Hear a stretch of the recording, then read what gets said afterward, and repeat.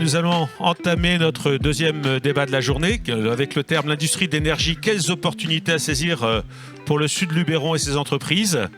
Les personnes qui sont dans la salle, vous pouvez, si vous voulez mieux entendre, voir, poser des questions, vous installer sur les chaises qui sont sur cette estrade.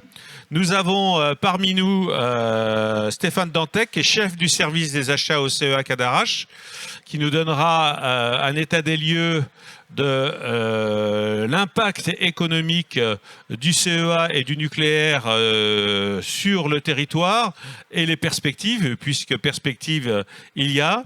Nous avons Gilles Périoux, qui est directeur de l'agence d'urbanisme qui couvre l'ensemble du Vaucluse, qui viendra nous donner un portrait de ce territoire et qui est sollicité par toutes les collectivités territoriales pour du développement économique, des problématiques de foncier, un sujet qui est de plus en plus complexe, mais pas forcément compliqué quand on connaît son sujet.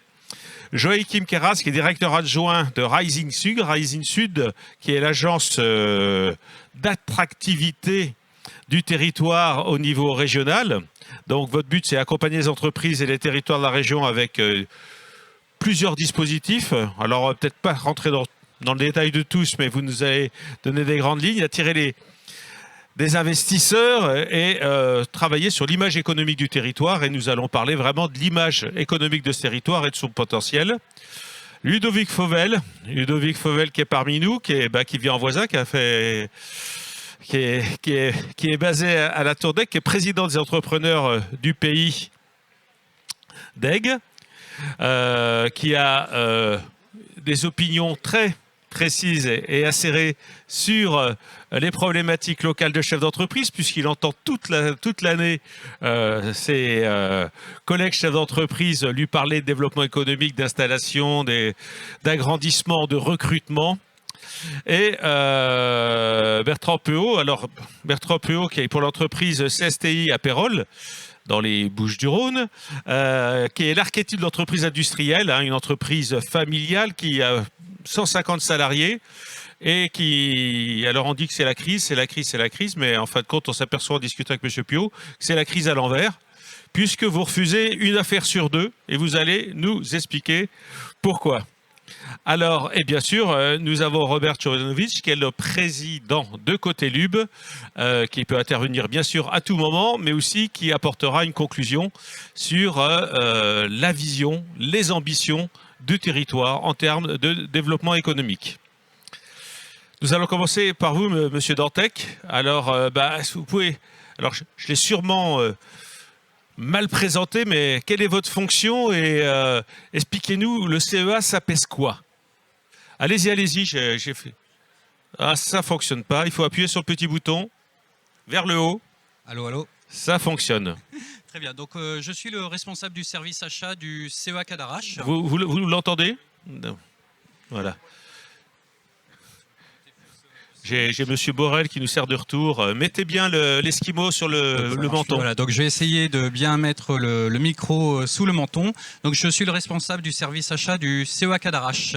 Donc CEA Cadarache, c'est un établissement de recherche qui est à la frontière de plusieurs départements de la région PACA. Donc ça représente ces 900 hectares clôturés avec une réserve foncière de plus de 1000 hectares libres pour accueillir de nouvelles installations. C'est 500 000 mètres carrés de bâtiments et plus de 40 installations de R&D. Donc en termes d'impact sur l'économie locale, il faut savoir que le CEA Cadarache, c'est plus de 400 millions d'euros dépensés en termes d'achats par an, dont plus d'un tiers, près de 40%, se fait en région. On représente à peu près 5000 personnes sur site, avec dans les stats qu'on peut avoir, des emplois induits qui touchent plus de 7000 personnes. Donc on est un des premiers employeurs locaux de la région en tout cas. Donc voilà pour ce qui est de l'impact, je dirais, local du CEA Cadarache. Alors alors ces 400 millions, vous les dépensez comment Alors, quand on accueille 5000 personnes, excusez-moi, j'aimerais bien qu'on en accueille 500 000, mais non, on en est qu'à 5000 personnes. C'est une petite ville. Donc une petite ville, faut la faire tourner. On a une quarantaine d'installations, 500 000 m² de bâtiments, donc il faut les recevoir, il faut les nourrir, il faut les transporter, il faut maintenir des bâtiments. Donc tout ça, on va dire que ce sont des activités de service aux bâtiments, à la maintenance des installations, etc. On a bien évidemment, donc ça représente peut-être à peu près un tiers de notre dépense, et on a bien évidemment tout le reste qui est sur les investissements en termes de R&D, dans le fonctionnement des installations, dans la construction de nouvelles installations. Notamment, on a en ce moment le réacteur RJH qui est un grand projet qui nous occupe beaucoup de construction. En deux mots, RJH, c'est quoi? Le réacteur Jules Horowitz, qui a pour objectif de faire des études, de faire de l'expérimentation sur les combustibles en support du parc EDF, qui va également avoir pour vocation de produire des radioisotopes à usage médical, notamment pour tout ce qui est scintigraphie, etc.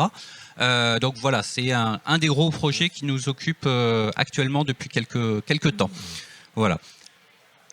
Ensuite, ce qu'on peut dire, là je ne sais pas si tout le monde a connaissance de ça, mais il y a eu quelques semaines un conseil de politique nucléaire. Oui, où le président de la République est venu intervenir, parce que je pense que depuis 40 ans, vous n'aviez plus beaucoup d'informations. Cadarache a connu un très grand développement à partir des années 70 avec le développement du parc nucléaire. Puis après, vous étiez un peu en roue libre, enfin en stagflation, et maintenant donc vous attendiez des nouvelles importantes, et il y en a eu un conseil national du nucléaire qui a eu lieu il y a 15 jours avec le président de la République qui a annoncé pas mal de bonnes nouvelles, je crois, pour la filière. Oui, tout à fait. Il y a une véritable relance de la filière nucléaire avec la confirmation du lancement de la construction de 6 paires de réacteurs EPR par EDF. Il y a eu aussi la relance de la filière réacteurs à neutrons rapides qui doit servir à terme notamment à recycler un certain nombre de combustibles pour garantir la souveraineté de la France en termes d'approvisionnement d'uranium. Des projets de SMR qui ont été Alors, le SMR, c'est quoi? C'est un Small Modular Reactor, c'est des petits réacteurs qui permettent, qui ont vocation, par exemple, alors à l'export en tout cas, de remplacer par exemple des centrales à charbon, d'alimenter des petites zones plus isolées que d'autres. Et il y a aussi la validation d'un certain nombre de projets d'AMR, donc Advanced Modular Reactor, où là c'est plutôt des technologies innovantes. Voilà, et donc dans les bonnes nouvelles qui ont été annoncées au-delà de la relance de la construction des futurs EPR, on a aussi le fait que le site de Cadarache est en lice pour accueillir un certain nombre de SMR. On parle notamment de Calogena, qui permettrait justement de produire des réseaux de chaleur, enfin de la chaleur pour chauffer les bâtiments, etc. Donc sont des très bonnes nouvelles pour Cadarache. Pour Cadarache, donc, et vous attendez à court ou moyen long terme une montée en charge?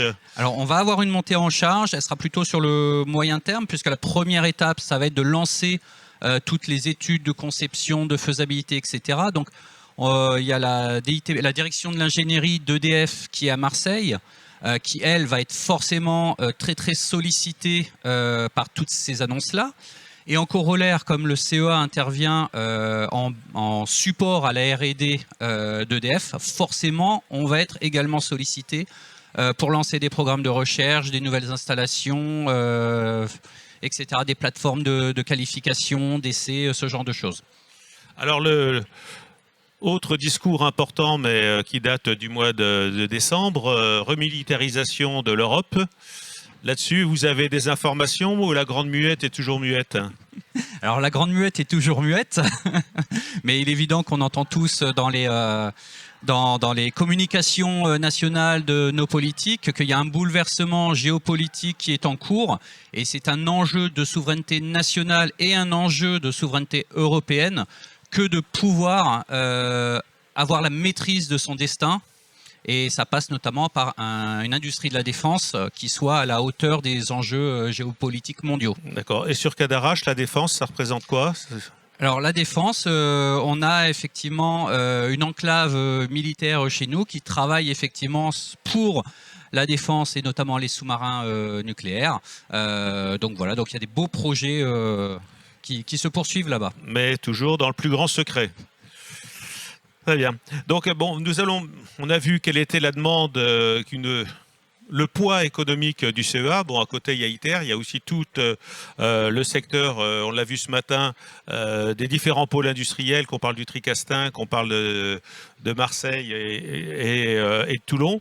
Mais nous sommes sur un territoire qui est un territoire qui existe, qui est contraint, qui a des opportunités. Et je vais tout de suite donner la parole à Monsieur Périou. Monsieur Périou, est-ce que vous pouvez nous décrire ce territoire, parce que c'est un territoire qui est complètement atypique, qui est très beau, un des plus beaux de France. Ah, ça c'est une chose, hein. Pour le président, vous n'allez pas me contredire. Beau et industrie, est-ce que ça va ensemble? Ça c'est une question que nous allons être obligés d'aborder, mais c'est un territoire qui est situé entre différents pôles industriels. Alors est-ce que vous pouvez nous donner une photographie avec les lunettes d'un urbaniste de ce territoire?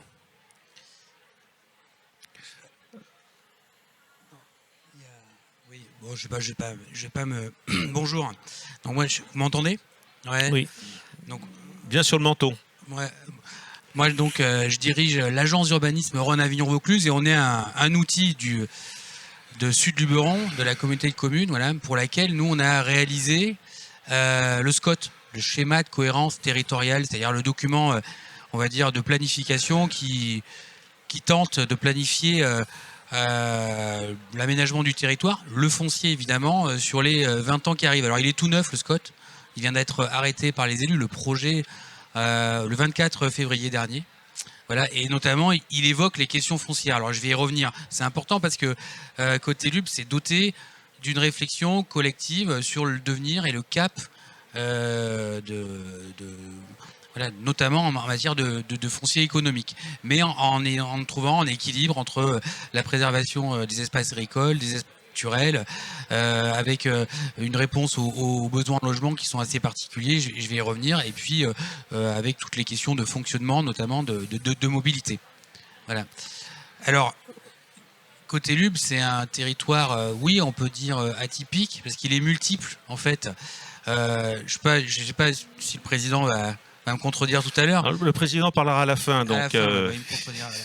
Mais donc vous pouvez dire tout ce que vous voulez jusqu'à maintenant, jusqu'à l'avant-dernière minute. Il est atypique parce qu'en fait, il est déjà à la croisée des chemins, vous le savez. Voilà, et c'est un territoire, il est carrefour. C'est un territoire qui est, on peut dire, rural, périurbain, mais dynamique. En forte dynamique. D'abord parce que c'est le territoire de Vaucluse qui a la plus grosse croissance démographique. Voilà. Alors il profite à la fois de sa situation, de sa géographie, voilà, de l'authenticité de ses villages, de ses paysages évidemment, et à la fois de la proximité d'une grande métropole dynamique, et au-delà de grands sites enfin, en gros, on va dire à Saint-Paul-sur-Durance, et de toute la dynamique de la Durance. Et donc, du coup, tout le sujet du SCOT, c'est de savoir comment le territoire il s'inscrivait, comment il pouvait capter le mieux possible son épingle du jeu dans cette dynamique-là. Donc, forcément, on a eu une vision beaucoup plus large côté LUB. Voilà. Ça, c'est le premier point. Le deuxième point, c'est qu'il accueille plutôt. Il est à la fois agricole, et à la fois, il connaît pas mal d'urbains qui viennent vivre, qui bossent ailleurs. Voilà, beaucoup de cadres, de professions intellectuelles. C'est un territoire qui attire, qui a beaucoup plus par rapport à d'autres territoires, notamment de Vaucluse, des actifs de 30 à 60 ans.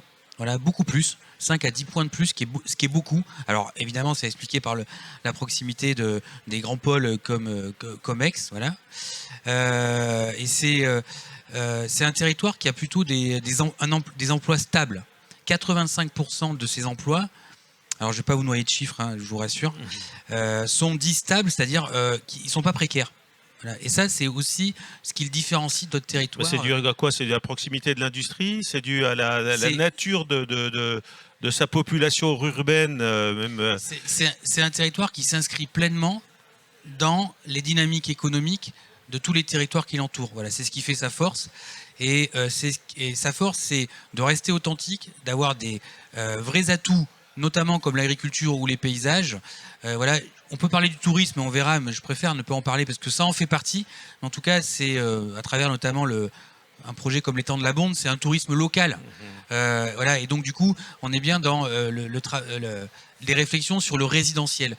L'attractivité de Côté-Lube, c'est à la fois capter le dynamisme qui est à l'extérieur et à la fois garder tout ce qui fait une attractivité résidentielle, voilà, avec une économie qu'on dit, excusez-moi, mais enfin du mot, mais présentielle, voilà, qui est une économie locale en fait.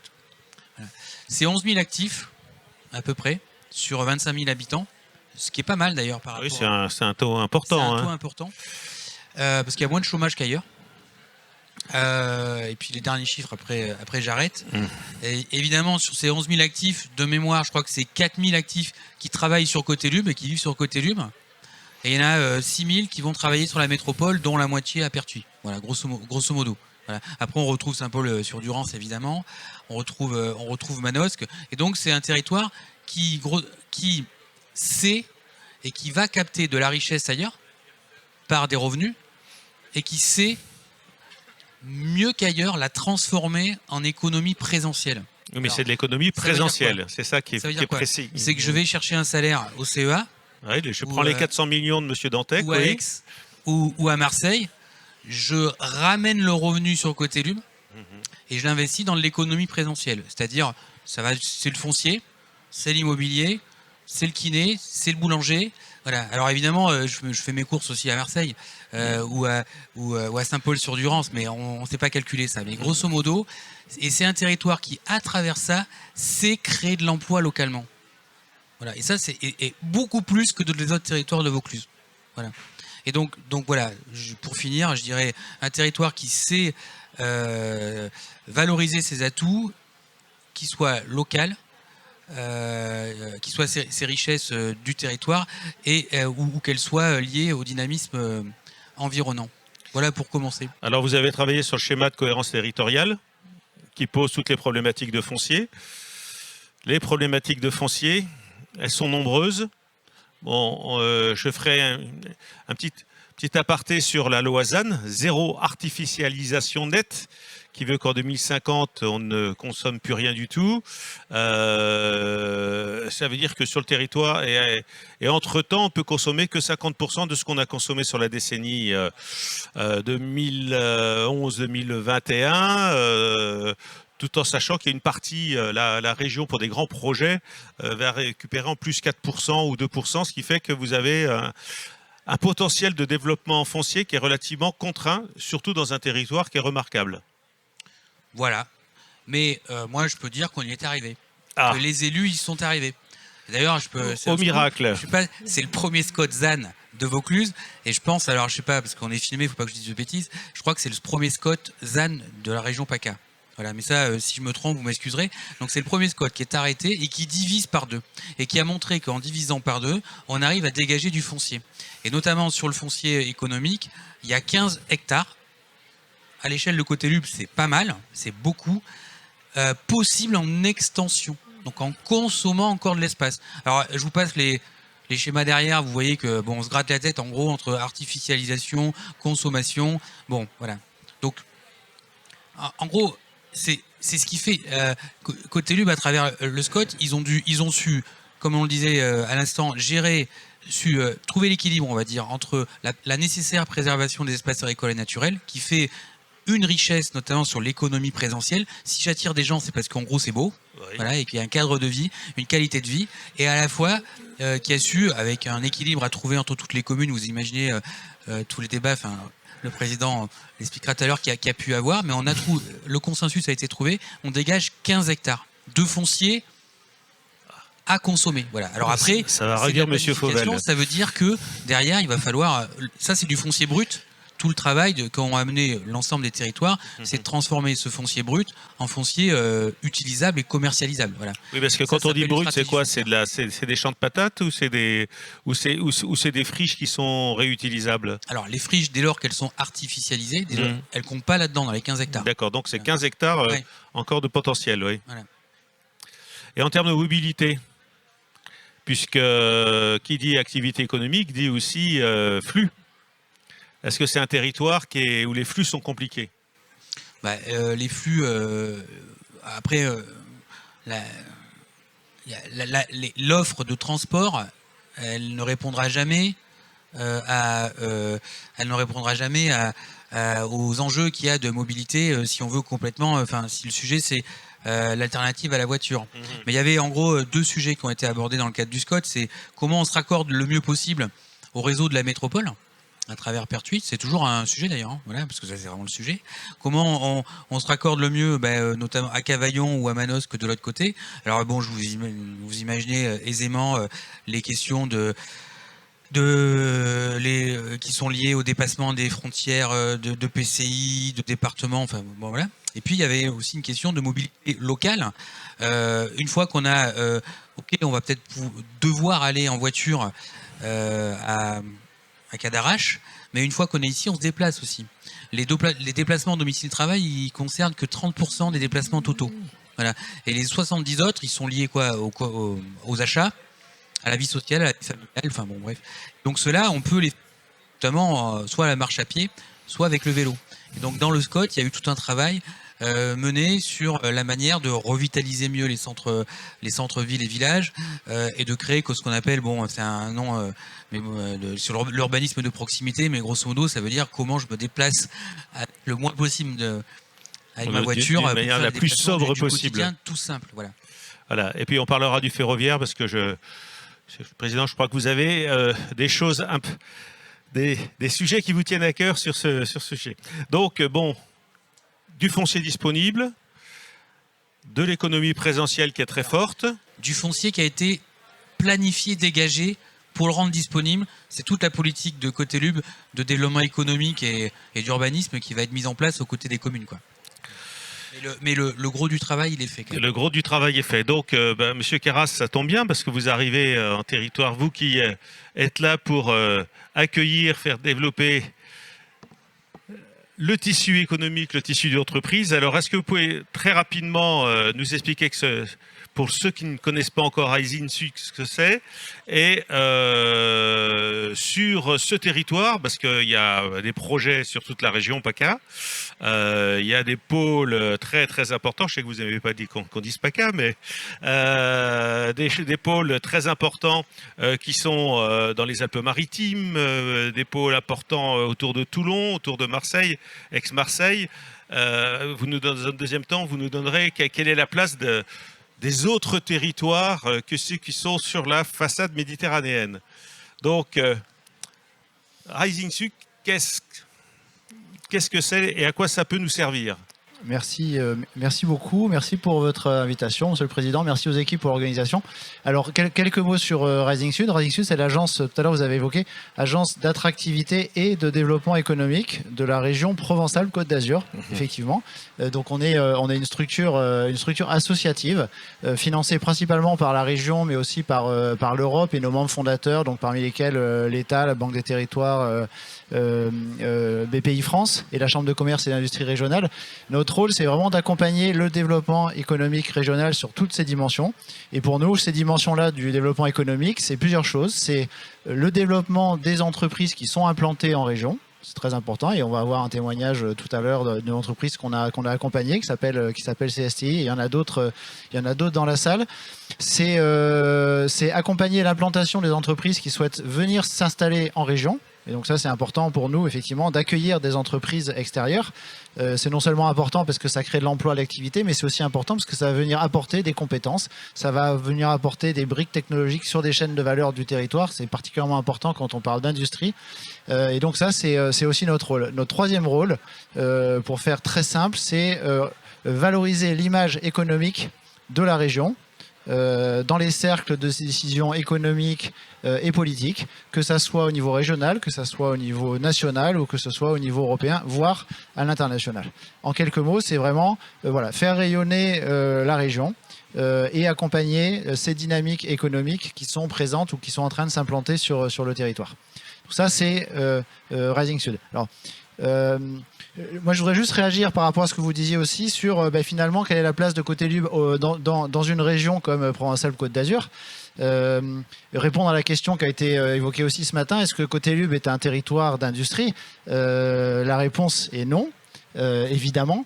Par contre, j'aime bien l'explication de l'agence d'urbanisme du Vaucluse qui nous dit qu'effectivement, c'est un territoire qui est au carrefour de différents territoires, de différentes dynamiques industrielles, économiques. Et moi, je pense que la force de ce territoire, c'est exactement ça.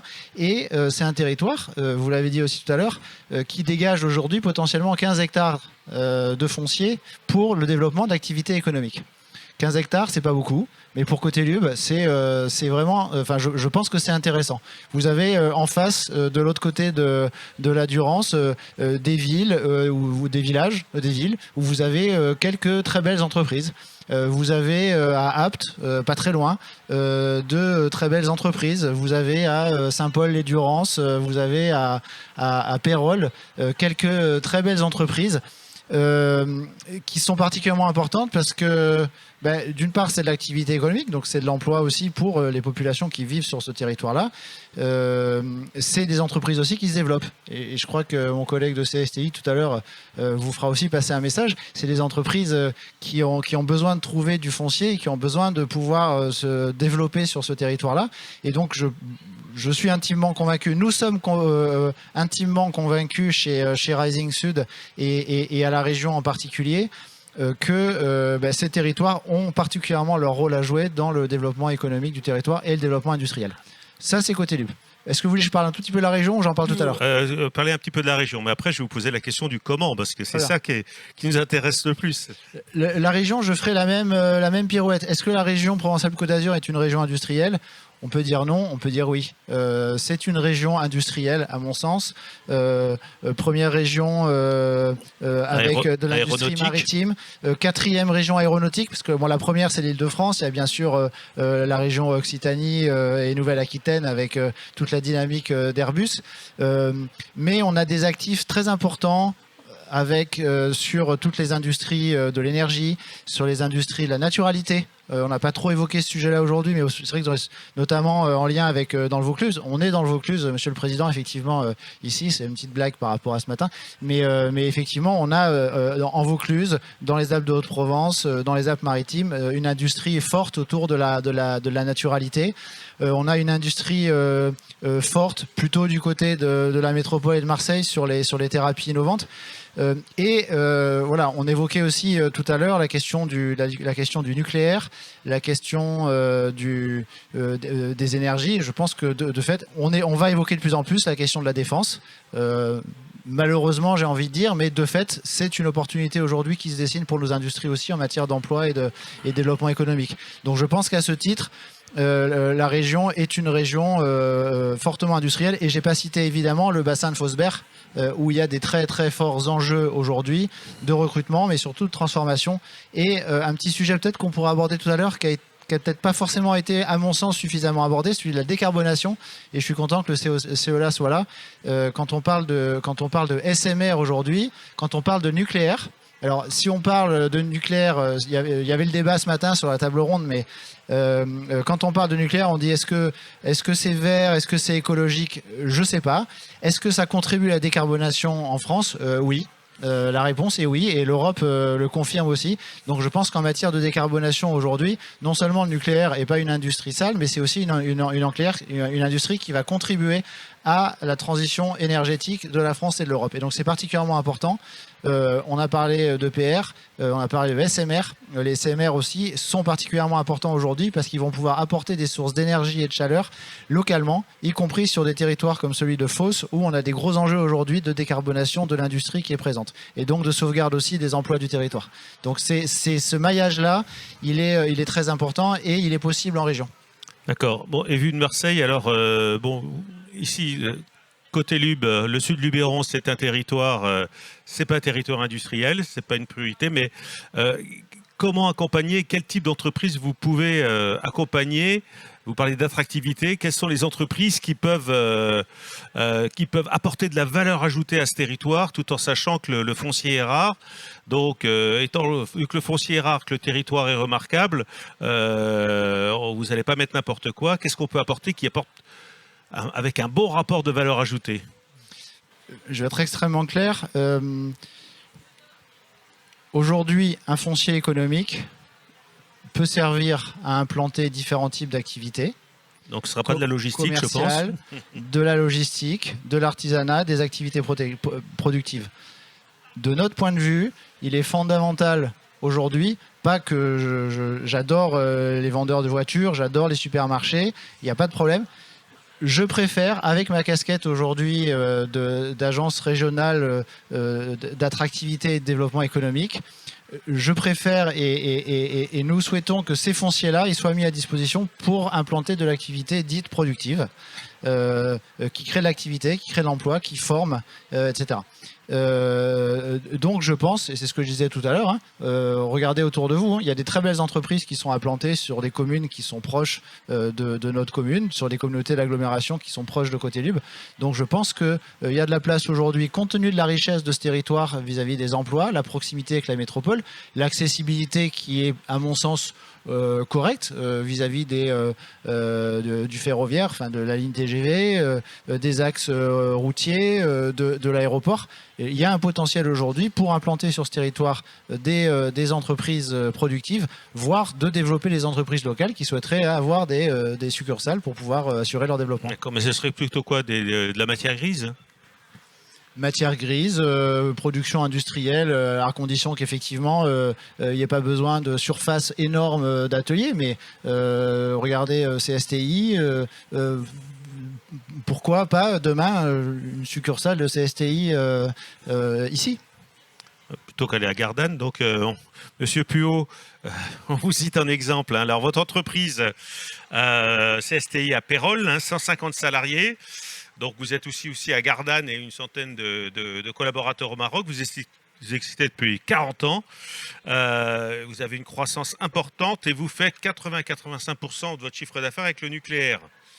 Alors, expliquez-nous un peu quel est votre métier, comment vous êtes né et vous, comment vous voyez, vous, le développement économique. Alors, CSTI, nous, on est une PME familiale qui a bientôt 40 ans d'existence. En 2026, on aura 40 ans. On est ce qu'on appelle un ensemblier nucléaire. C'est-à-dire qu'on fabrique de la machine spéciale, des prototypes, sous la forme d'une offre de service qui est du clé en main. Donc on fait des projets clés en main, depuis les études jusqu'à la livraison d'un équipement spécifique sur site, en passant par la fabrication. Avec une très forte culture d'internalisation, pour des questions plutôt de maîtrise du risque et de faire monter en compétence nos collaborateurs.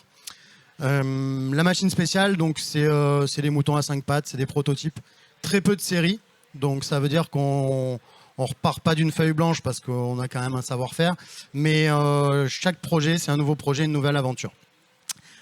Moi, ce que je voudrais dire déjà, c'est qu'on en a parlé, on est quand même dans une région où, en termes d'énergie nucléaire, je pense qu'il y a peu d'équivalent en France en termes de richesse des opportunités. On l'a dit, dans un rayon de, on va dire, une grosse cinquantaine de kilomètres. On a EDF, on a le CEA, bien sûr, Technicatom, Framatome, ITER, Orano, tous les grands acteurs.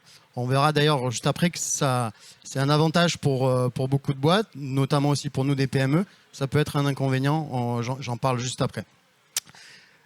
Donc nous, c'est vrai qu'on est en forte croissance. On fait plus de 80% de notre activité dans le nucléaire. On a démarré avec 2 anciens chaudronniers qui ont créé la structure il y a 40 ans et qui sont à la présidence toujours aujourd'hui. Enfin, en tout cas, si l'un n'est plus à la présidence, il est en retraite, mais c'est son fils qui a repris la relève. Et on se confronte aujourd'hui à une obligation de prioriser nos sujets. Quand je dis nos sujets, c'est les demandes de nos clients. On parlait de une affaire refusée sur 2. On est exactement sur ce ratio. On a reçu 300 demandes de prix l'année dernière, alors de quelques milliers d'euros jusqu'à plusieurs millions d'euros. Et on a été obligé d'en décliner 150. Donc c'est frustrant, très frustrant pour nous. qu'est-ce que je peux vous dire sur ces raisons du refus? Il y en a deux principalement qui sont évidentes. Il y a le fait que notre outil industriel ne grandit pas suffisamment vite par rapport à la demande croissante. Quand vous parlez de votre outil, ça veut dire de votre entreprise ou de l'outil industriel global de la France ou de la région? Alors, je parle de celui de notre entreprise, mais je pense qu'il y a beaucoup d'autres entreprises qui se trouvent dans le même cas que nous, des confrères, sur des tailles à peu près similaires aux nôtres. Donc, pour être capable de faire grandir notre outil industriel, il faut pouvoir convaincre les banques. Les banques, aujourd'hui, on a la chance qu'elles soient derrière nous, sauf qu'elles nous demandent de pérenniser notre carnet de commandes. Elles nous disent, c'est bien, vous avez 1 an, 2 ans de carnet de commandes, mais je pense qu'aujourd'hui, il faut réfléchir plus loin. On est tous conscients que sur la filière nucléaire, le tissu actuel n'est pas suffisant pour répondre à la demande. Donc, il faut à la fois avoir de nouveaux acteurs et surtout encourager la croissance des entreprises qui sont déjà en place sur le territoire. Donc, je pense qu'il est important qu'on change le mode de fonctionnement entre les clients et les fournisseurs. Je m'explique. Aujourd'hui, on a des industriels, des grands clients qui viennent nous voir et qui nous réservent de la ressource.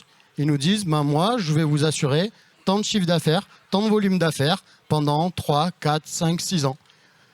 Nous, quand on a cette garantie-là, on peut aller voir nos banques et leur dire, voilà, nous, on a un carnet de commandes qui est garanti, donc on peut développer un outil industriel ad hoc. Et le client, non seulement il va avoir des ressources qui seront dédiées, disponibles, il va assurer sa croissance à lui, et nous, le fournisseur, on pourra grandir en étant soutenu par des banques et en ayant de la visibilité. Ça, c'est le premier frein qui est lié à à nos refus de certains sujets. Et le deuxième, c'est le recrutement. Clairement, aujourd'hui, on a du mal à recruter. Alors, c'est un bien grand mot. On arrive à recruter, pas suffisamment vite. Recruter, c'est une chose. Garder les compétences, c'en est une autre. Pour vous donner un exemple, nous, l'année dernière, sur 55 recrutements, on a fait plus 55 entrées, plus 26 sorties. Sur ces 26 sorties, on en a la plupart qui sont partis chez nos clients. Et on en a 0 qui sont partis chez nos concurrents. Soit ils sont partis chez les concurrents, soit ils sont partis dans d'autres secteurs que le nucléaire. Donc je pense qu'il y a aussi un gros travail à mener. Donc, ce qui a été dit ce matin, notamment avec l'Université des métiers, avec beaucoup d'efforts sur l'attractivité du nucléaire, je pense qu'il faut démystifier le nucléaire et l'industrie au sens large. Je suis intervenu dans un collège il y a 1 mois et demi auprès de 3e. J'ai vu une 60aine d'élèves dans la journée, des élèves de 3e, pour qu'ils nous disent un peu ce qu'ils avaient envie de faire. Je pense que sur les 60 élèves, s'il y en a 5, 6 qui m'ont donné un métier en lien avec l'industrie, c'est le bout du monde. Et quand on leur dit, mais finalement, et l'industrie dans tout ça, ils ont encore une vision, c'est sale, c'est fatigant, c'est éprouvant, il y a des risques. Et je pense qu'on est tous acteurs de changer cette idée-là, que ce soit la formation, que ce soit les parents, parce que bien souvent, quand on écoute les élèves de 3e, on a l'impression d'entendre les parents. Et aussi, les entreprises, alors là j'appelle toutes les entreprises qui nous écoutent, à aller chez les jeunes, mais pas que dans les écoles d'ingé, aller dans les lycées pro, aller dans les lycées au niveau des secondes, aller dans les collèges, les primaires c'est peut-être encore un peu tôt, mais démystifier l'industrie et leur expliquer que l'industrie ça peut être beau, ça peut être sécure, ça peut être propre, c'est pas épuisant. Il y a l'usine ouverte, c'est un événement qui a lieu ce week-end, les 4 et 5 avril, c'est un événement national. Quand je vois qu'il y a peu d'entreprises dans la région qui y participent, je trouve ça dommage parce que c'est un bon moyen de démystifier l'industrie et d'ouvrir les portes en montrant nos métiers aux familles, aux jeunes. Alors ce que vous dites, M. Puot, c'est que vraiment le goulot d'étranglement, c'est les ressources humaines. C'est les ressources humaines et la visibilité sur les carnets de commandes. En termes de visibilité, ces dernières années, vous disiez que vous n'en aviez pas trop, non, sur le nucléaire? En disant qu'on n'avait pas de vision long terme, on commence à en avoir. Une vision long terme sur les besoins, c'est bien. Une vision long terme sur les carnets de commandes, c'est mieux. D'accord. Donc, M. Dantec, là-dessus, vous allez bientôt avoir pouvoir rassurer M. Puot, et M. Puot pourra rassurer ses banquiers? Alors j'espère bien qu'il pourra rassurer ses banquiers, puisque avec les dernières annonces effectivement du gouvernement, et je vous rejoins sur ce que vous disiez, il y a quelques années, on naviguait un petit peu à vue avec une incertitude sur ce qui allait être lancé, pas lancé, des revirements de politique industrielle au fur et à mesure. Et là, on voit bien quand même que le nucléaire est bien relancé. Ça est en train de sortir des cartons, donc il y a beaucoup de projets qui sont en train de sortir des cartons. La filière nucléaire est elle-même en train de s'organiser pour répondre aux défis.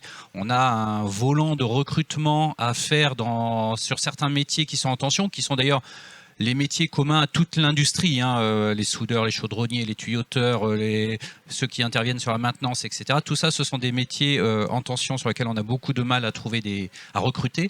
Mais voilà, donc la bonne nouvelle, c'est qu'on commence à y voir un peu plus clair sur les nouveaux projets qui vont sortir des cartons.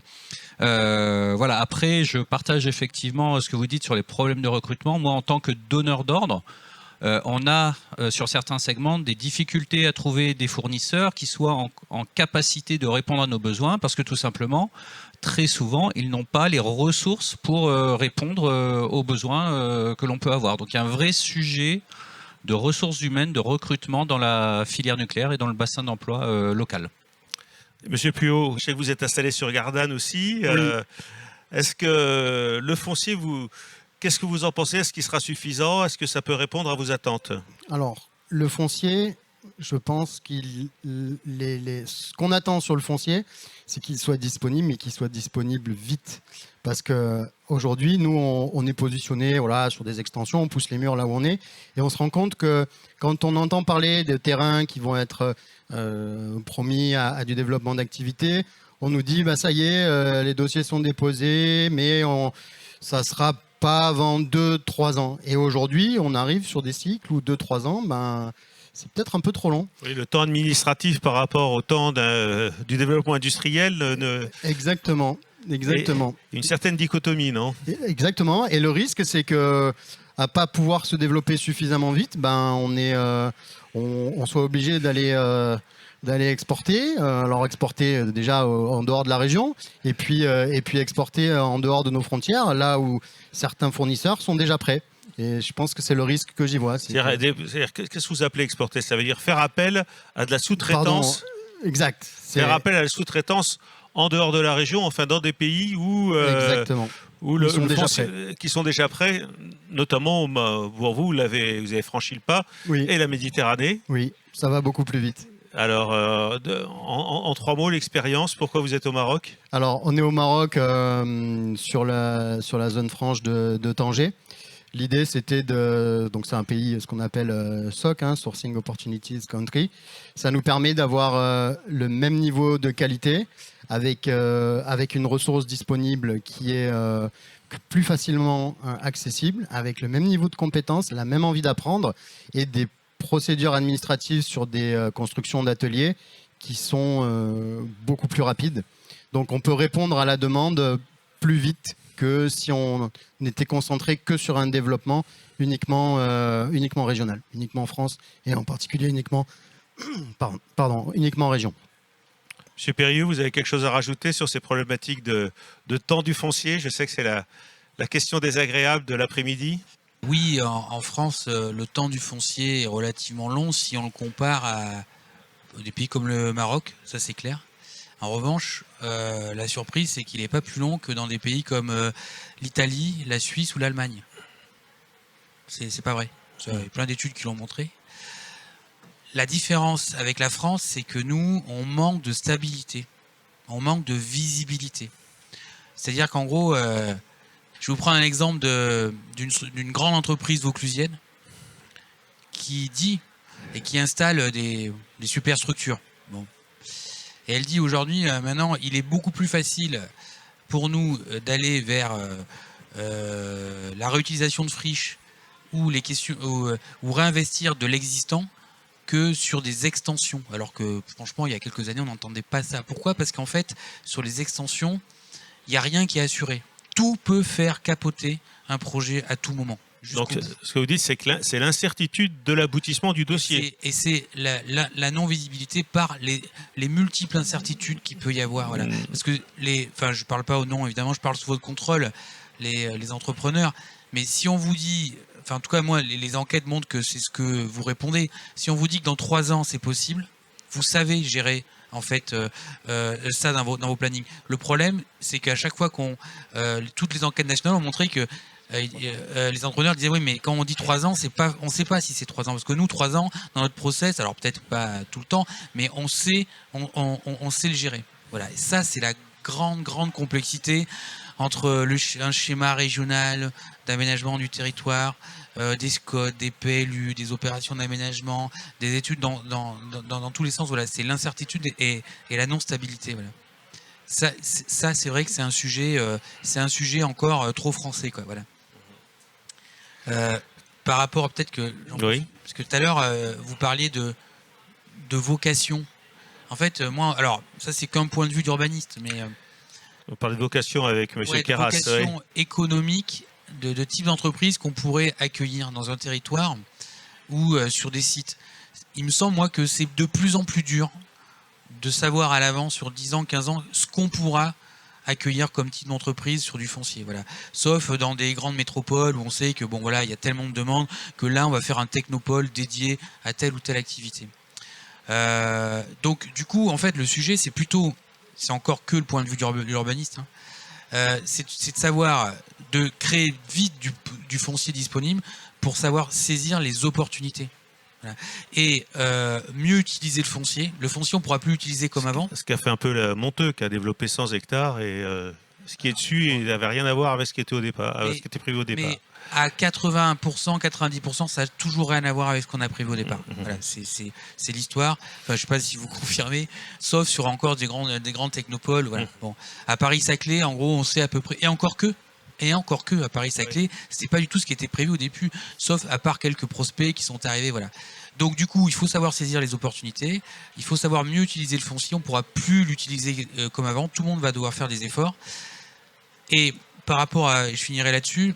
Vous disiez tout à l'heure que c'est d'abord les entreprises locales qu'il faut peut-être développer. Hein, c'est la différence entre l'exogène et l'endogène. Nous, on avait mené un travail avec un économiste dans le Vaucluse qui montrait que, alors c'était en 2019, sur les 100 entreprises qu'il y avait dans un EPCI en 2019, il y en avait 98 qui étaient déjà là en 2018 et 2017. Sur les 2 nouvelles, il y en avait une qui venait de l'EPCI environnant, et il n'y en avait qu'une qui venait vraiment de l'extérieur du Exogène, oui. En gros, ça veut dire que l'emploi, les capacités des territoires à développer de l'emploi, elles sont déjà là. Voilà. Monsieur Keras, vous voulez rebondir sur un des propos de M. Perriou ? Oui, très rapidement, moi, je souscris complètement. Je ne me suis pas mouillé, d'ailleurs j'ai parlé d'économie productive ou d'entreprise productive, donc c'est vrai que ça reste large. Hein. On reste ouvert. Je voulais juste saisir une opportunité pour... répondre sur un sujet, sur la diversité aussi. Ce qu'a montré la période post-Covid et le Covid, c'est que les territoires sont plus résilients et captent plus de valeur quand ils sont diversifiés. Et donc c'est vrai que c'est super intéressant aujourd'hui, et là je souscris à ce qui vient d'être dit, c'est de créer des espaces pour accueillir de l'activité économique sans trop effectivement se soucier d'une spécialisation, parce que finalement on regarde, et je pense que c'est très important sur cette typologie de territoire-là, c'est que justement la diversité économique qui crée de l'économie résidentielle et qui va créer aussi de la captation de la valeur pour le territoire. Et donc c'est en ce sens-là très important de rester ouvert effectivement sur la typologie d'entreprises qui peuvent être implantées sur ces territoires. Typologie et la diversification. Une toute petite lueur d'espoir. Alors, pas à court terme, je suis désolé, mais peut-être à moyen terme. Les choses sont quand même un tout petit peu en train de bouger au niveau de la région, au niveau de l'État, notamment avec les territoires d'industrie. Même si vous n'êtes pas territoire d'industrie, c'est pas grave, ça va y contribuer.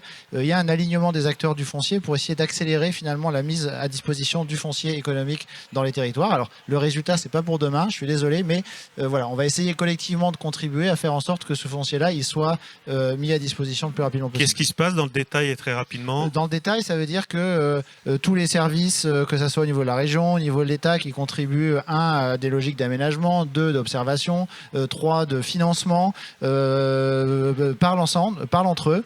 Donc c'est la fin avec la Banque des territoires. C'est la fin du travail en silo, d'intelligence collective entre les services publics. Et alors la fin, je sais pas. En tout cas, c'est peut-être une initiative intéressante et à laquelle on contribue. Et c'est vrai qu'il y a ce jouet collectif. On en parlait ce matin, qui se met en place par rapport au foncier, y compris avec des soutiens de l'État. Donc ça, je trouve que c'est plutôt intéressant, mais à moyen terme. Et puis il y a aussi un jeu collectif. Voilà, on a dans la salle le pôle de compétitivité Cap Énergie. On a d'autres acteurs de l'accompagnement. On se parle régulièrement, donc on est aussi à disposition nous des entreprises et des territoires pour les accompagner, y compris sur les problématiques de foncier, d'implantation, etc.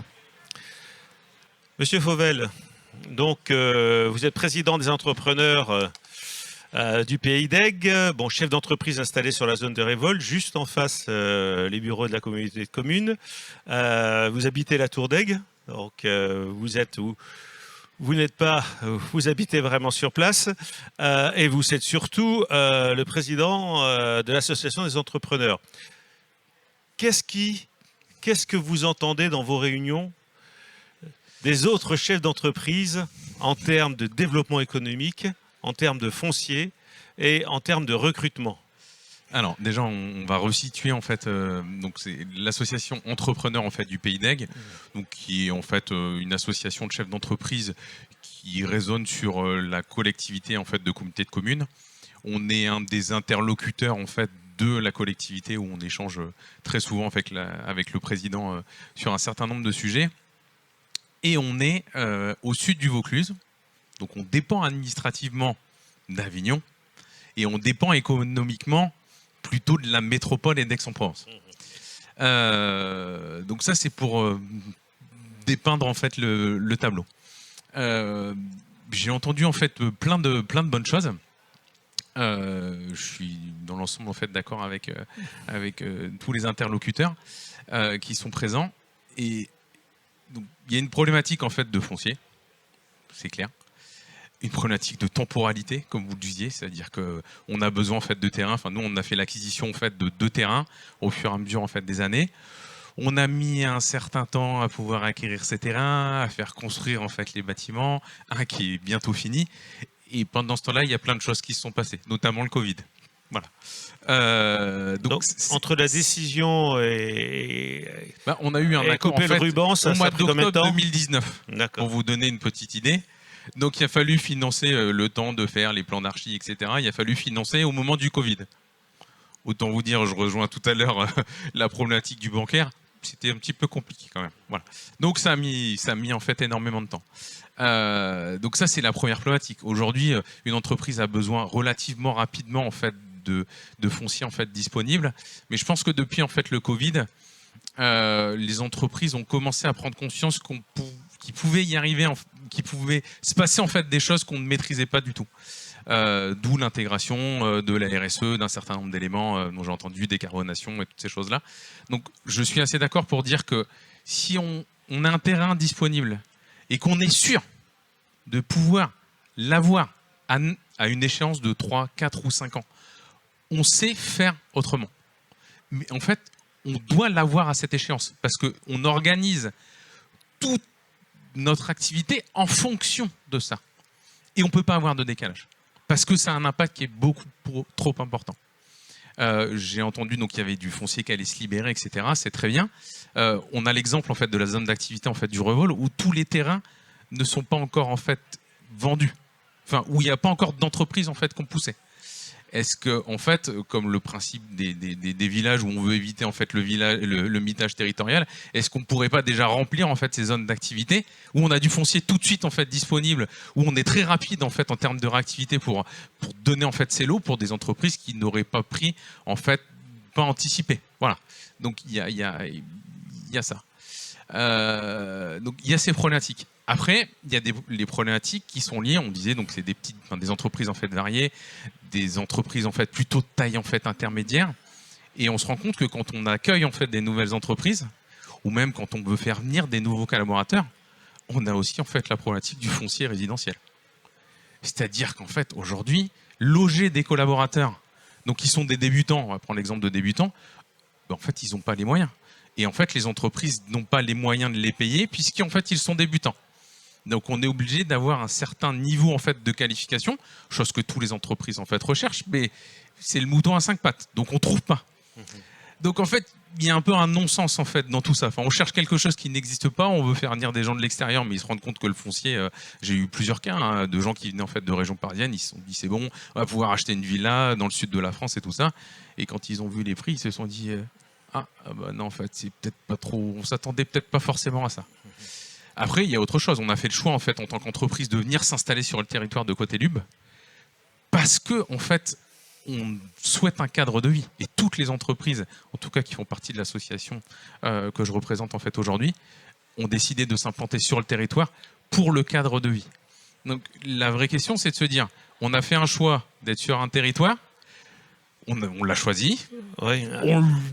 En gros, vous voulez le beurre et l'argent du beurre. Voilà, si je c'est comprends à peu bien. près ça. Donc, mais vous avez tout à fait raison. Mais on est tout à fait en phase. Donc, je pense en fait aux entreprises et donc aux entreprises en fait de se remettre en fait aussi un petit peu en fait en question, de voir si elles souhaitent réellement en fait continuer à se développer compte tenu en fait de toutes les contraintes en fait qu'on a pour vivre sur ce territoire. Parce que 15 hectares, comme vous disiez, 15 hectares, c'est pas grand chose. C'est peanuts, oui. Voilà.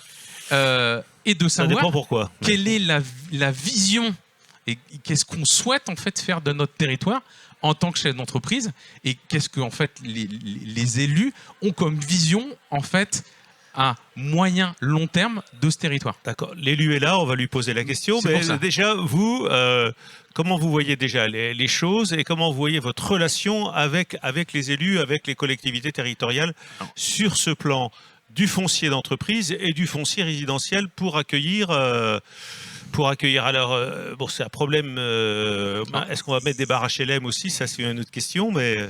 Mais en fait, c'est la vraie question. C'est qu'est-ce qu'on veut en fait qu'est-ce qu'on veut faire de notre territoire. Comme vous disiez, nous on travaille sur notre territoire. Enfin, on est chef d'entreprise, donc on a nos entreprises sur le territoire et en plus on y vit. Donc voilà. Si on a fait ce choix-là, c'est pas pour forcément voir en fait une révolution, voir des barres d'immeubles, voir toutes ces choses-là. Voilà. Donc c'est comment en fait continuer en fait à se développer durablement, je dirais. Voilà. Alors, et comment on peut faire en échangeant en fait avec les élus pour pouvoir rester sur le territoire. Ce matin, je discutais avec une entreprise qui a des problématiques en fait de foncier qui veut en fait s'agrandir. Ils se sont donné en fait 1 an pour déménager et pour rester dans le territoire, dans le village. Côté-Lube intervient sur l'intercommunalité, mais c'est le maire qui signe en fait le permis. D'accord ? Donc il faut être en phase aussi avec tout ça. On est d'accord, Est-ce que tous les maires sont en phase avec le développement économique? Je pense que le président répondra en fait à ça juste après. Je vais le laisser répondre sur ce sujet. Voilà. Donc il y a tous ces éléments-là. Quand vous faites venir en fait des collaborateurs de l'extérieur, enfin nous on fait du développement de cartes électroniques, on a des ingénieurs software en fait et hardware. On a besoin en fait d'un certain niveau de compétences. Il faut faire le choix de venir vivre en fait sur un territoire à la campagne. Des ingénieurs embarqués ou software, ils sont plutôt dans les villes, ils sortent plutôt de grandes écoles. C'est compliqué. Et on les a vus dans les années 80-90, ils se sont tous installés à la Pioline à Aix-en-Provence parce que s'ils changeaient de boîte, ils n'avaient que la rue à traverser. Voilà. On connaît le phénomène je me rappelle dans les Bouches-du-Rhône. Oui. Le premier développeur qui est arrivé chez nous, ils nous ont dit il y a la fibre. Voilà. C'est la première question qu'on pose à un agent immobilier aujourd'hui. Hein. Sauf que c'était il y a quelques années en arrière, et notamment il habite dans le centre-ville de Pertuis, il a eu la fibre qu'il y a quelques mois, paradoxalement. Mais il est quand même en fait venu parce qu'il a vu le cadre de vie. Donc en fait, il faut faire beaucoup de social selling, il faut aussi être en phase en fait avec les rémunérations qu'on accorde en fait aux collaborateurs qu'on souhaite en fait recruter en fonction en fait du territoire. Et il faut aussi, si on veut garder en fait une certaine économie, que nos clients qui sont, si je parle en fait de la société présente sur le territoire, soient prêts en fait à payer cette proximité. Voilà. Monsieur le Président, Monsieur Fauvel vous a lancé une perche.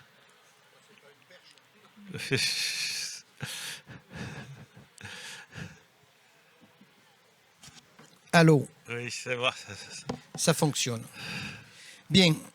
Alors d'abord, j'ai proposé tout à l'heure à mon ami Fauvel de se présenter à des élections municipales, de venir nous rejoindre dans ce milieu qui est un milieu fait de carcans et de folie, de manière à ce qu'il puisse comprendre ce qui se passe. Il vient d'évoquer la zone du Révol. La zone du Révol, elle a été pensée en 2001. Nous sommes en 2026, elle n'est toujours pas bouclée. Les terrains sont vendus pour tous aujourd'hui. On devrait solder cette zone d'activité. Le problème que nous avons, c'est que lorsque vous avez un projet de cette envergure-là, la première des choses que vous devez imaginer, c'est, on parlait des 15 hectares. La première chose qu'on imagine, c'est de savoir aussi qu'on va mettre ces hectares, que ce soit 1, 2, 12 ou 15, etc. Et donc, ça a été dit, on se trouve confronté à la volonté ou non d'un maire qui va dire, chez moi, la zone d'activité, je ne veux pas. C'est le premier sujet. Et puis quand on trouve un maire qui dit ah, finalement j'aimerais bien qu'on fasse une zone d'activité chez moi, on se retrouve avec 12 associations, 14 collectifs, et on sait qu'en France ce sont les minorités qui commandent et pas les majorités. Et donc il suffit de 3 banderoles et 2 gugus barbus qui viennent se mettre au bord de l'entrée du truc en disant je ne veux pas de la zone pour nous faire perdre 3 ans, 4 ans, 5 ans. Et donc ça c'est quelque chose dont il faut tenir compte. Ça a été la zone du révolte. Et ce sera sûrement la zone, la même problématique que nous aurons de partout. Ces événements-là, ils sont liés à des contraintes administratives, ils sont liés à tout un tas d'événements, mais on voit ça aussi dans l'industrie. On se souvient du RES 2000 qui a divergé en 2016. Donc on sait qu'après, à un moment donné, on se retrouve toujours confronté à des histoires qui font qu'à un moment donné, on n'est plus maître des situations. Donc on a parlé avec Laura, on a parlé du territoire tel qu'on devait le faire. Donc aujourd'hui, ces fameux 15 hectares qui ont été prévus, la difficulté que nous avons, c'est de dire au moment donné, tiens, je mets 15 hectares et puis je dis, je vais l'aménager comme je veux. C'est pas comme ça que ça marche. Donc il faut faire derrière ça un permis d'aménager. Et aujourd'hui, sur notre territoire, la problématique que nous avons en matière de développement économique, c'est que nous avons finalement que de très petites entreprises qui s'installent, pour pas dire des très très petites entreprises qui s'installent. Et c'est compliqué d'arriver à dire à un moment donné, je vais attirer des entreprises importantes. Pourquoi pas CSTI, les collègues là, qui peuvent arriver là-dessus, ou vont me dire, mais moi j'ai besoin de 7. Rising Sun, on en a peut-être en stock. Voilà. Non, mais il y en a peut-être. Mais à un moment donné, on va vous dire, je vais. Bon. Donc à Côte-Lube, on n'aura jamais, on ne saura jamais la MED, on n'aura jamais d'usine qui fume, on n'aura jamais ça. Et donc effectivement, il faut sélectionner ces entreprises-là. Et oui, nous, notre rêve, c'est de pouvoir accueillir des entreprises d'ingénierie ou des entreprises qui font de la fabrication sans forcément faire trop de bruit et trop de pollution. Et donc c'est ce que sur quoi nous sommes en train de travailler. Alors, effectivement, moi j'entends les entreprises, j'entends mon ami Fauvel qui a effectivement beaucoup d'idées et beaucoup de solutions à apporter. On ne peut pas accueillir aujourd'hui, nous avons un problème de mobilité. Donc l'entreprise qui s'installe chez nous, elle a cette problématique-là, c'est comment je me rends au boulot. La zone du Révolte est bien placée. Pour aller à Cadarache, il faut 35 minutes, 40 minutes pour y aller. Donc quand vous habitez Pertuis à l'entrée de l'autoroute, il faut 20 minutes. Donc c'est la moitié de temps qu'il faut. Et quand vous habitez Saint-Paul, il faut 5 minutes. Donc une entreprise qui veut s'installer, il n'y a qu'à voir le développement économique autour du CEA, c'est effectivement Vinon et Saint-Paul qui tiennent le pompon. Et puis chez nous, le problème c'est que c'est un enjeu qui devient politique. C'est qu'à partir du moment où vous voulez préserver notre territoire, c'est ce qu'on a vu pendant toute l'élaboration du SCOT, quand on veut préserver le territoire, eh bien, de vouloir imaginer une zone d'activité quelque part, c'est compliqué. Et on se retrouve confronté à plusieurs problématiques. Sachez que quand vous développez, quand on a fait le SCOT, la dernière réunion de ce qu'on appelle les PPA, les personnes publiques associées, vous savez ce que c'est? Alors il vient la protection des oiseaux, la protection des lézards, la protection de la... Bon, bref, il vient tout un tas de gens qui viennent discuter là-dessus, et vous avez dans la salle 40... je crois que la dernière fois, c'était plus de 40 personnes qui sont venues à Côte-Lube, à qui on a fait la présentation, etc. Et donc derrière tout ça, vous avez après à faire valider étape par étape ce projet. Quand il va être validé et que vous avez déterminé une zone d'activité, vous devez déposer un permis d'aménager. Donc le permis d'aménager, comment imaginer l'aménagement d'une zone quand vous avez des maires qui disent « Moi, il ne faut pas tuer le commerce à proximité, je ne veux pas ça. Moi, je ne veux pas de grandes surfaces. Moi, je ne veux pas de ci. Moi, je ne veux pas de faire ça. » Donc il faut déjà élaborer un projet qui puisse répondre aux exigences de tout le monde. Et ce qui a été dit, c'est important, c'est que c'est le maire de la commune qui signe le permis. Donc à un moment donné, qu'on a une vision intercommunale, et une fois qu'on a passé la vision intercommunale et qu'on met ça sur le papier, ça devient une vision communale, c'est-à-dire qu'à un moment donné, un maire, il dit « Moi, je ne veux pas ce type d'entreprise ». Et donc ça devient compliqué ensuite à gérer. Et puis une fois qu'on sera tombé d'accord sur l'aménagement d'une zone, c'est comment je l'aménage. Est-ce que je fais du petit zonage pour accueillir des petites entreprises, ou est-ce que j'imagine demain de pouvoir mettre des zones plus importantes? Donc ça veut dire qu'il faut que j'ai une zone beaucoup plus importante que celle qu'on a organisée aujourd'hui. C'est-à-dire, est-ce que je fais une zone d'un seul tenant de 15 hectares sur lesquels je vais prendre 50% du foncier pour dire dessus, ça c'est pour des grandes entreprises, je ne touche pas. Sauf que ça ne marche pas comme ça. Il faut sortir un permis d'aménager. Donc il vous faut des mois pour arriver à aboutir là. Une fois que vous avez abouti, il faut que vous le passiez en instruction au niveau du permis de construire. Donc c'est encore plusieurs mois avec des allers-retours à ne plus finir, des commentaires de la DDT, des commentaires de tous ces gens-là. Et puis une fois que vous avez fait ça, il faut que ce permis-là, une fois qu'il est là-dessus, vous avez le recours des tiers qui prend encore 3 mois, 4 mois, 5 mois, c'est ça à peu près les délais qu'on a sur les histoires de permis. Et donc en fait, ce qui veut dire qu'au moment où vous avez l'idée et au moment où vous faites, il faut un mandat. Donc pour répondre aux exigences qui sont là-dessus, c'est très compliqué de pouvoir dire dans 2 ans, je vous sors une zone. Il faut un mandat pour arriver à sortir le projet. Et donc faire de la réserve foncière, puisque c'est un peu ce qui se disait aussi, c'est je ne sais pas aujourd'hui, mais j'aurais peut-être besoin de 1000 mètres carrés dans 1 an ou dans 2 ans, c'est de l'investissement. C'est de l'investissement de la collectivité qui fait qu'à un moment donné, il faut que j'achète du terrain, il faut que je l'aménage, et tout ça, c'est des coûts. Et aujourd'hui, si j'avais été une entreprise et que je vois comment a été gérée la zone du Révol sur un projet qui a démarré il y a 25 ans et aujourd'hui, il y a un moment que je serais en faillite, parce que c'est pas possible de gérer comme ça. Donc il n'y a qu'une collectivité qui peut faire ça, sauf que la collectivité est liée à des contraintes d'ordre administratif qui fait que je ne sais pas répondre précisément aux remarques de Fauvel ou les remarques d'entreprises comme CST. Oui, mais alors globalement, quelle est votre vision pour ce territoire? Alors nous, la vision que nous avons aujourd'hui, c'est que oui, il nous faut du développement économique. Pourquoi faire du développement économique? Parce qu'aujourd'hui, si on n'est pas en capacité au niveau de Côte-Lube de tenir de l'emploi sur notre territoire, ça veut dire qu'il faut qu'on change notre fusil complètement d'épaule. C'est-à-dire on admet qu'on va travailler dans la métropole, on admet que nos entreprises, finalement, elles restent toutes petites parce qu'elles n'ont pas de foncier à côté pour s'agrandir. Elles vont rester comme elles sont, jusqu'à ce qu'un jour, il faut qu'elles dégagent et qu'elles filent ailleurs pour avoir plus de place. Donc nous, il faut qu'on prenne une décision. Et cette décision, elle a été prise au niveau du SCOT, puisqu'on a envisagé de mettre 15 hectares. Reste maintenant, dans le futur mandat, l'organisation qui va être faite. On a un sujet qui est un sujet majeur, c'est la question de l'ouverture de la gare de Mirabeau.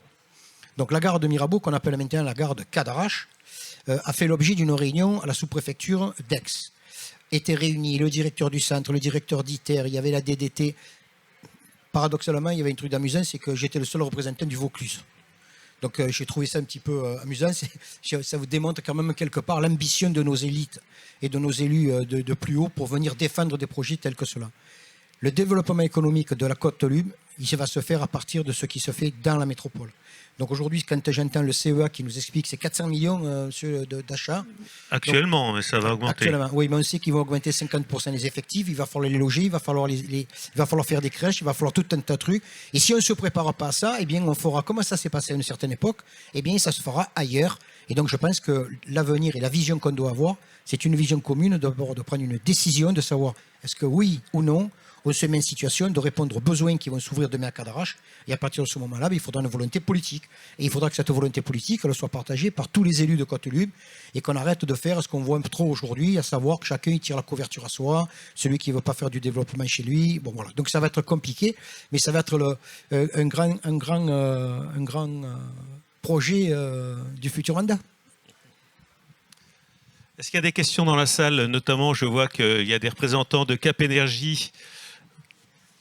Cap Énergie, l'énergie et ce territoire. Est-ce que vous avez des choses à dire?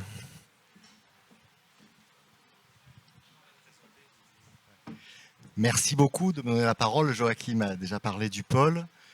Donc moi, je m'appelle Sylvain Brémond, je suis le directeur général adjoint. On travaille spécifiquement sur l'accompagnement des porteurs de projets innovants et pour ce qui est de Cap Énergie, des porteurs de projets innovants dans le domaine de la transition énergétique. Il me semble qu'il y a plein de gens qui seraient intéressés pour installer des activités nouvelles. Ça suppose de faire connaître ces opportunités parce qu'il y a une sorte de réflexe d'aller voir les grands centres urbains ou les grands centres d'activité. Hein, voilà. Donc c'est pas nécessairement facile de bien arriver à mettre en valeur. Je pense qu'il y a un enjeu de faire connaître les opportunités au bon niveau et plus largement, et puis de résoudre toutes les questions que vous avez abordées en termes de délai, d'aménagement, d'autorisation diverses. Voilà. Donc en tout cas, pour finir, n'hésitez pas, vous trouvez nos coordonnées sur le web, y compris mon adresse mail, donc Cap Énergie. Si vous avez des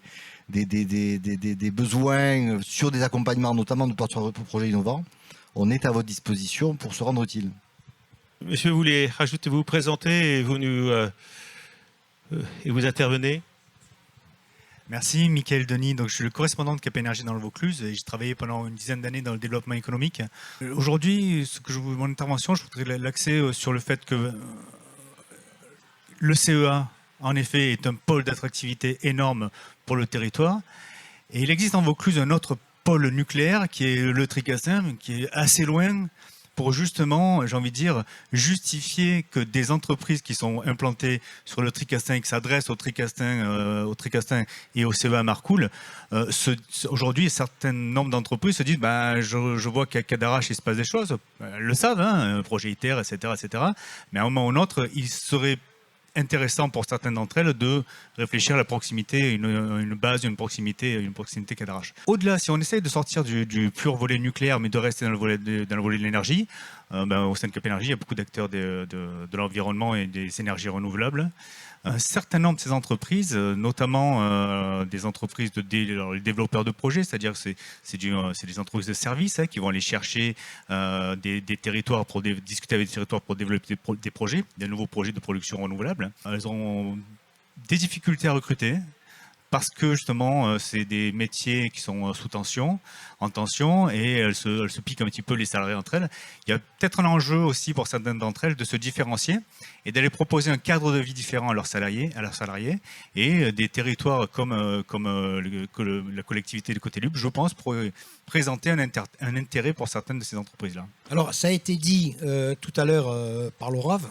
Effectivement, nous laisser venir s'installer à Côte-Lup, nous, c'est mélanger les deux choses. C'est-à-dire, je m'installe et je veux faire du business, et d'autre part, je veux être dans un cadre qui puisse me permettre de m'épanouir, que mes enfants soient heureux, etc. Donc, c'est bien évidemment sur ce sujet-là qu'on discute et qu'on se bat, et qu'avec les élus de la communauté, on essaie de répondre à ça. Ensuite, sur la question des zones d'activité, aujourd'hui, évidemment, on est en train de voir et comment on va faire ça. Vous savez, aujourd'hui, bon, ça devient politique après, mais on regarde ce qui se passe à côté, comme dirait mon DGS, la rive gauche.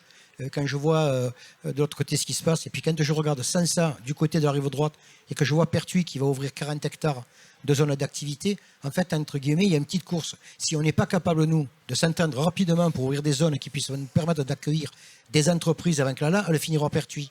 Et donc nous serons condamnés à faire plus que de l'écotourisme, de l'onotourisme, fait tout ce que vous voulez. Et donc c'est pas ça qui fera vivre la communauté, et qui l'amènera de toute manière, si on se développe pas plus que ça, nous amènera vers un déclin qui nous conduira forcément et systématiquement à rejoindre une métropole. Et c'est pas ce qu'on veut. Aujourd'hui, on se bat pour rester une collectivité telle qu'on est. Dernière question, M. Fauvel, vous vous présentez comme adjoint au maire ? Non, je pense que la politique et l'entrepreneuriat, en tout cas, c'est pas pour moi pour l'instant. On en reparlera plus tard. Très bien, nous arrivons au terme de ce débat. Vous voulez apporter une conclusion, Monsieur le Président ? Je la ferai, si vous voulez, tout à l'heure. Là, je ferai un petit discours pas très long, mais de conclusion. Mais oui, effectivement, donc moi, je vais remercier donc tous nos amis là qui sont venus partager ce qu'ils avaient à partager. Je crois qu'on est tous dans la même réflexion, un cadre de vie sensationnel au niveau de Côte-Lup, des perspectives d'évolution en matière de réception de nouvelles entreprises qui pourraient s'installer chez nous. Oui, c'est notre objectif, c'est notre rêve, d'autant qu'en matière de fiscalité, il faudra bien qu'on arrive à générer des ressources autres que la taxe foncière, sans quoi, je vous l'ai dit tout à l'heure, on n'arrivera pas à aboutir, mais je réserve la petite conclusion tout à l'heure au micro. Donc on sera tous là pour le scoop. Très bien, messieurs, merci beaucoup, et j'espère que vous pouvez... Tous, vous avez rencontré des gens vous avez plein de choses à vous dire entre vous. J'espère que vous allez vous retrouver pour échanger, compléter et finaliser ce débat.